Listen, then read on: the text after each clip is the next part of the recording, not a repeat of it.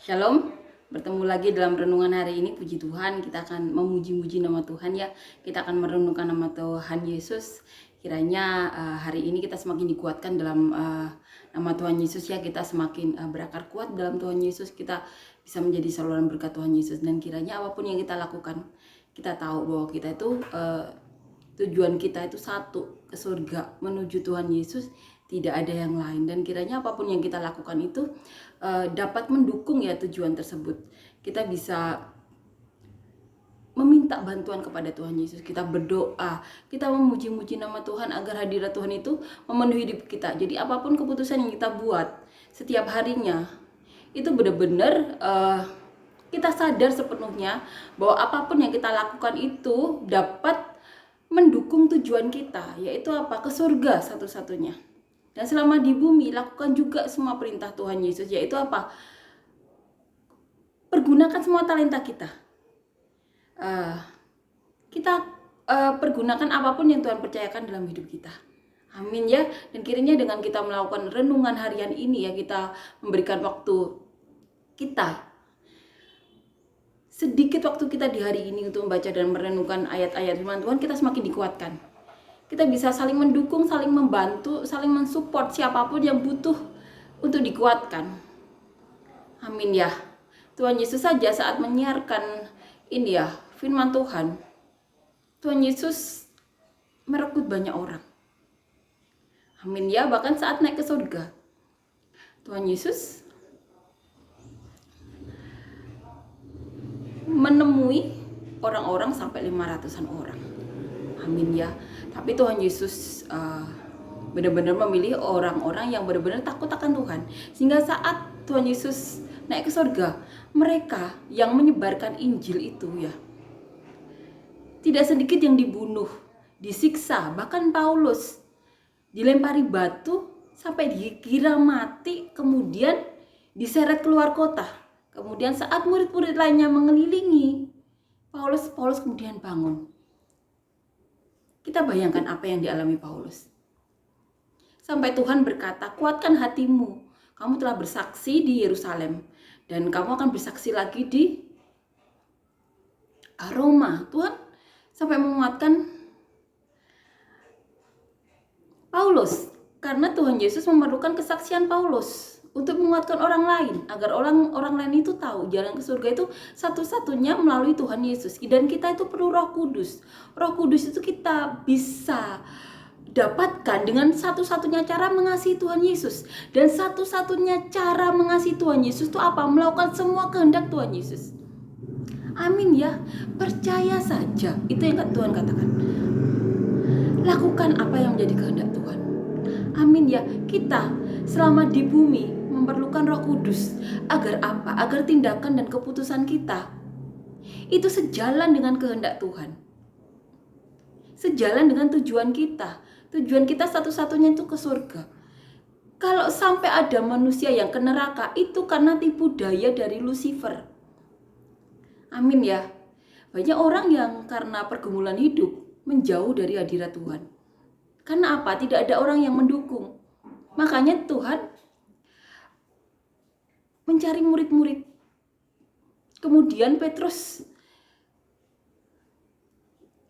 saat berhadapan dengan Tuhan Yesus berkata, Petrus, apakah kau mengasihiku? Ya Tuhan, aku mengasihimu. Gembalakanlah domba-dombaku. Tuhan Yesus mengatakan itu sampai 3 kali kepada Petrus. Karena apa? Karena domba itu memang perlu digembalakan. Perlu dijaga. Agar sampai ke tujuan. Tujuan satu-satunya itu ke surga. Agar apa? Segala pikiran, keadaan hati manusia itu selaras dengan tujuan kita ke surga. Amin ya. Itu makanya perlu digembalakan. Sampai Tuhan itu bilang kepada Petrus 3 kali. Petrus, apakah engkau mengasihiku? Sampai 3 kali. Itu Tuhan kita loh. Pemilik dunia ini yang sampai saat ini masih berbicara. Masih berbicara kepada kita saat meminta salah satu muridnya sampai berkata seperti itu. Petrus, apakah engkau mengasihiku? Ya Tuhan, aku mengasihimu. gembalakanlah domba-dombaku. Petrus diminta Tuhan Yesus, pemilik dunia ini, Allah yang hidup, yang masih berbicara sampai sekarang, salah satunya kepada saya melalui 3 pendeta besar, Pak almarhum pendeta Pariaji, Pastor Samson Dabas dari Nigeria, pendeta Yosef ya dari India yang sekarang tinggal di Amerika. Itu Tuhan kita terus nyata itu. Dan Tuhan itu yang nyata itu, yang masih hidup sampai sekarang, itu sampai meminta Paulus 3 kali untuk menggembalakan domba-dombanya. Karena memang apa? Karena untuk mencapai tujuan itu perlu dijaga. Tidak hanya secara fisik tapi pikiran, hati. Agar apapun yang mereka lakukan atau kita semua lakukan itu seturut dengan kehendak Tuhan. Seturut dengan satu-satunya tujuan kita ke surga, bertemu Tuhan Yesus, tidak ada yang lain. Tidak ada tujuan kita yang lain. Hanya satu itu. Amin ya. Amin. Maka kita akan nyanyikan lagu yang pertama.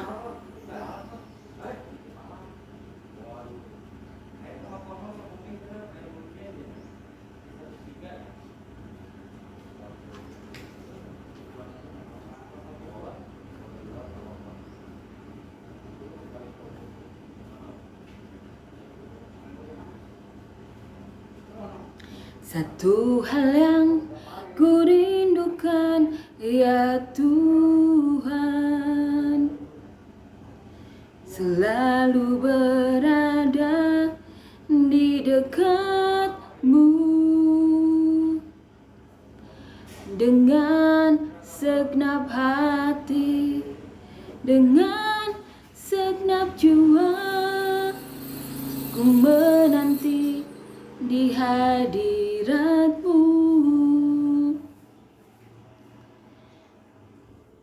Lebih dalam lagi ku rindu Kau Tuhan, lebih dari segala yang ada. Lebih dalam lagi ku cinta Kau Yesus, ku mengasihimu. Amin ya. Amin. Kita akan lanjutkan ya, merenungkan dan membaca ayat firman Tuhan. Satu perikop setiap harinya kita akan baca di Kisah Para Rasul pasal yang ke-26 ayat 24 sampai 32. Judul perikopnya ajakan kepada Agripa untuk percaya. Sementara Paulus mengemukakan semuanya itu untuk mempertanggungjawabkan pekerjaannya, berkatalah Festus dengan suara keras, "Engkau gila, Paulus. Ilmumu yang banyak itu membuat engkau gila." Tetapi Paulus menjawab, "Aku tidak gila, Festus yang mulia. Aku mengatakan kebenaran dengan pikiran yang sehat. Raja juga tahu tentang segala perkara ini. Sebab itu aku berani berbicara terus terang kepadanya. Aku yakin bahwa tidak ada sesuatu pun dari semuanya ini yang belum didengarnya. Karena perkara ini tidak terjadi di tempat yang terpencil. Percayakah engkau, Raja Agripa, kepada para nabi?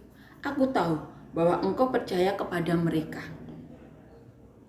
Jawab Agripa, "Hampir-hampir saja kau yakinkan aku menjadi orang Kristen." Kata Paulus, "Aku mau berdoa kepada Allah supaya segera atau lama-kelamaan bukan hanya engkau saja, tetapi semua orang lain yang hadir di sini dan yang mendengarkan perkataanku menjadi sama seperti aku, kecuali belenggu-belenggu ini." Lalu bangkitlah raja dan wali negeri serta Bernike dan semua orang yang duduk bersama-sama mereka. Sementara mereka keluar, mereka berkata seorang kepada yang lain, "Orang itu tidak melakukan sesuatu yang setimpal dengan hukuman mati atau hukuman penjara." Kata Agripa kepada Festus, "Orang itu sebenarnya sudah dapat dibebaskan sekiranya ia tidak naik banding kepada Kaisar."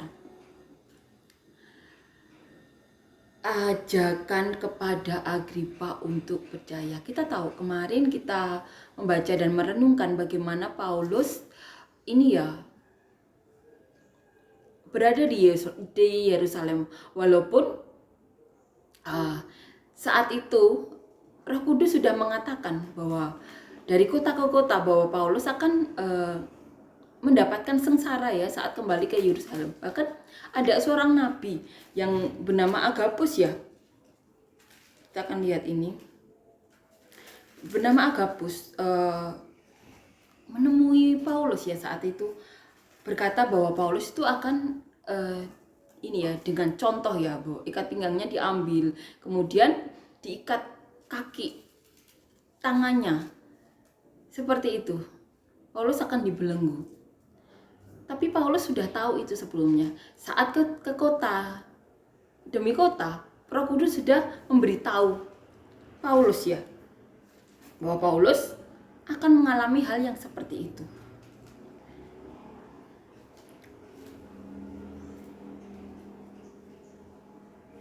Dan saat mengalami itu ya, mengalami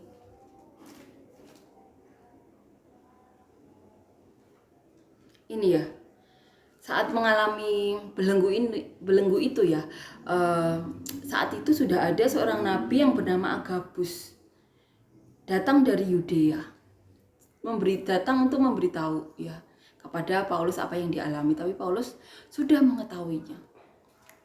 Dan saat tiba di Yerusalem ya, ada beberapa orang yang lagi-lagi menyebarkan berita bohong mengenai Paulus, sehingga Paulus ini ya dipenjara. Dan di perikop ini ditulis ajakan kepada Agripa untuk percaya. Saat itu Paulus selesai berbicara kepada Agripa bagaimana waktu itu Agripa datang untuk berkunjung pada Festus.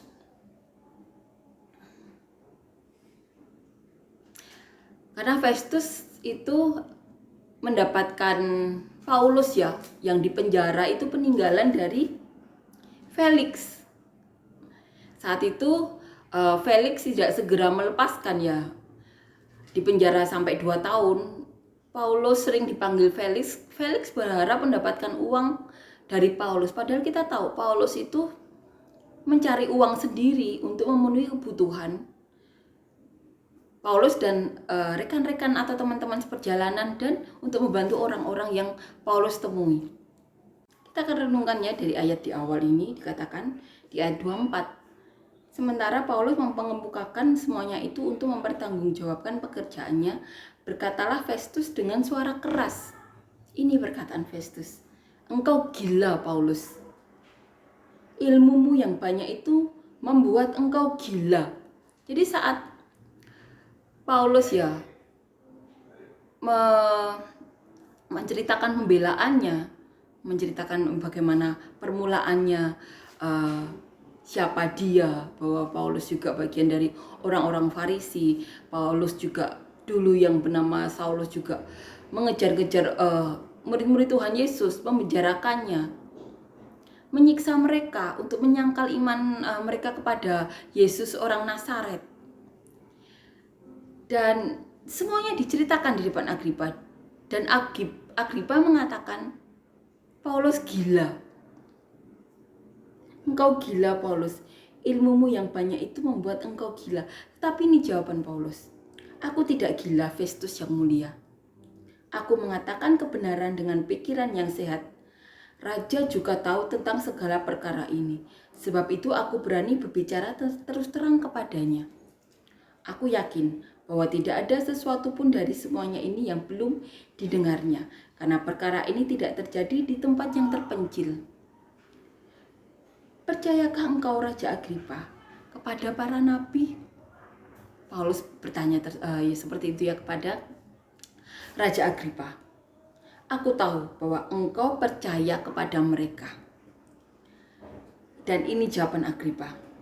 Hampir-hampir saja kau yakinkan aku menjadi orang Kristen. Itu Agripa.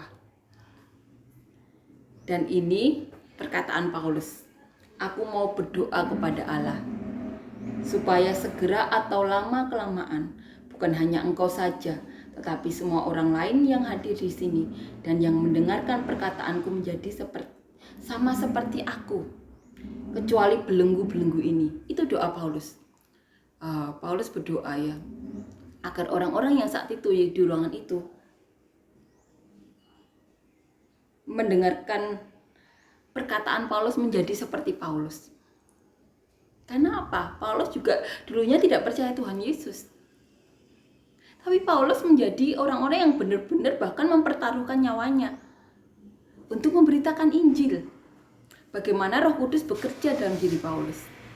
Dan Paulus berdoa kepada Allah agar orang-orang yang ada di ruangan tersebut, kecuali belenggu-belenggu ini ya, itu yang dikatakan Paulus, belenggu-belenggu yang belum Paulus ya, kecuali itu, bisa merasakan seperti apa Paulus, mengalami apa yang dialami Paulus. Apa? Kepenuhan Roh Kudus dari orang-orang yang mau membunuh orang Kristen menjadi orang-orang yang mau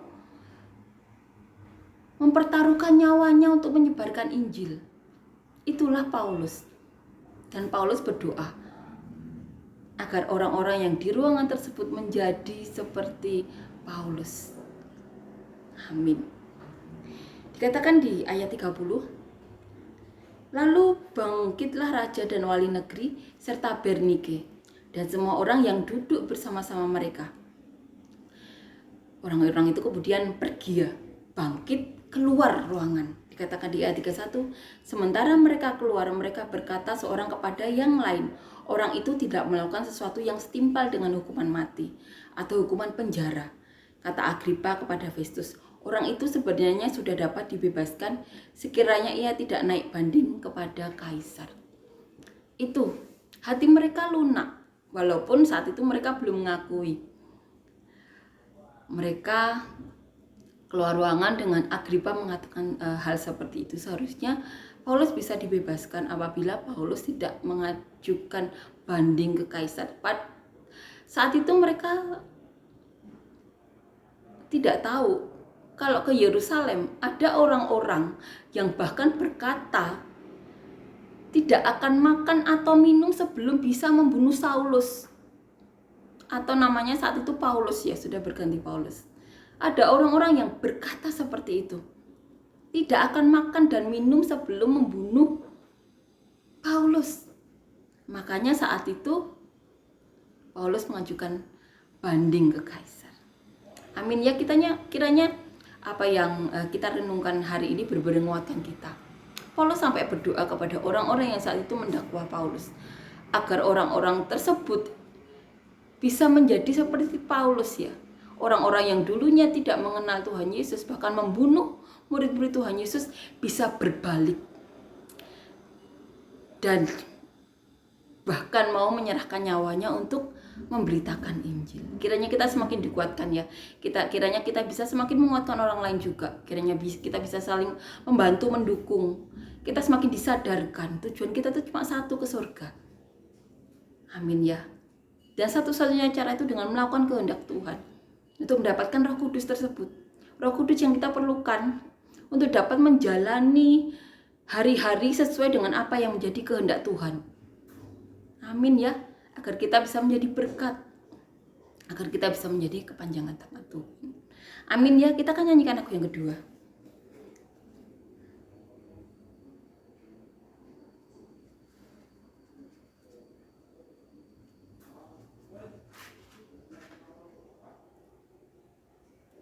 Biar bumi akan berlalu, biar bulan tak bercahaya lagi, biar langit akan bergoncang, matahari tak bersinar lagi.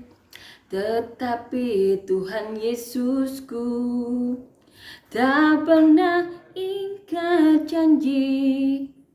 Semua yang difirmankannya pasti akan digenapi.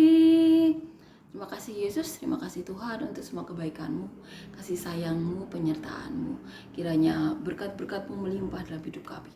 Berkat surgawi, berkat duniawi, berkat penyertaan-Mu, Roh Kudus-Mu, hadirat-Mu. Dan kami berdoa Tuhan, siapapun di antara kami yang membutuhkan pekerjaan yang benar-benar daripada-Mu, pekerjaan yang benar-benar dapat menjadi kepanjangan tangan-Mu untuk memberkati semua orang Tuhan. Dan biarlah nama-Mu yang dipermuliakan dalam hidup kami semuanya.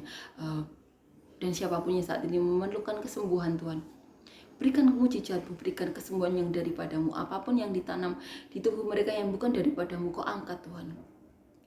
Dan kiranya mujizat-Mu, mujizat kesembuhan, urapan-Mu, bilur-bilur-Mu benar-benar memenuhi hidup mereka Tuhan. Dan siapapun saat ini ya Tuhan memerlukan pasangan hidup, beri kami semuanya pasangan hidup daripada-Mu, pasangan hidup yang takut akan Engkau, cinta Engkau, yang dapat membawa kami dan keluarga kami lebih dekat lagi kepada-Mu. Dan biarlah nama-Mu yang dipermuliakan dalam hidup kami semuanya. Dan siapapun saat ini yang memiliki masalah pergumulan hidup, kiranya Kau berikan mujizat-Mu, Kau berikan terobosan-terobosan daripada-Mu, pintu-pintu jalan keluar yang daripada-Mu Tuhan, jawaban-jawaban doa atas masalah mereka Tuhan, solusi-solusi atas masalah hidup mereka. Dan terima kasih Yesus, Kau benar-benar nyata, benar-benar ada dalam hidup kami semuanya Tuhan. Terima kasih Yesus, terima kasih dalam nama Tuhan Yesus, amin.